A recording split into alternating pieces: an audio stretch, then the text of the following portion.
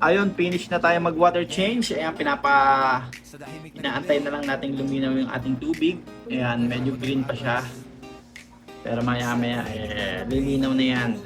Tapos bukas uli, magiging green uli. Dahil ayan na naman yung haring araw. Ayan, si Lemon, nag-giveaway si Lemon, bumaba siya. Dito na siya sa baba. Ang nasa taas na is itong si Tomato. Ayan, saya niya oh. Langoy siya ng langoy oh. Talagang pinifeel niya yung bago niyang tank. Nasa main tank na siya. Siya na yung pinaka leader. Leader na siya. Tapos dito naman, ito yung mga maliliit natin. Ayan, sila Ampalaya, Medusa, 8 Abando, si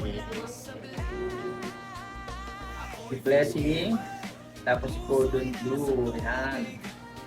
Green pa rin, pero lilinaw niyan maya maya or bukas na umaga. Tapos itong monster tank natin, hindi muna natin water change itong monster tank natin. Sila Red Dragon, sa ano pa sila, sa linggo. Malinis pa naman eh. Tuwing linggo yung water change ng ating monster tank. Weekly. Itong mga flower horn natin, saka itong Chana is every 3 days. Yan, si Chana ko. Kaya rin niya, wala ko siya lang ngayon. Tapos yung ating mga magnificent fry na regalo sa ating ito, Ezra. Ayan, dalawa. Pinapit-pinch din natin. Ang lilinisan lang natin sa kanila is yung parat ng salamin. Yung mga siding, saka yung flooring, hindi natin pinuspos para meron pa rin silang dumot. Time check is 10:25, 7:30 na. Tapos din, so ito yung ating update sa ating fish room. Ayan na sila. Masasaya ang ating mga isda. Hindi na sila stress kasi sanay na sila.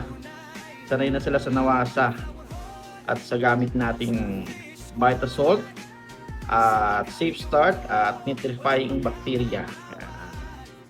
Sanay na sanay yung ating mga isda. Masasaya sila pag nag-water change, hindi sila na-stress. Alright, no? Alright!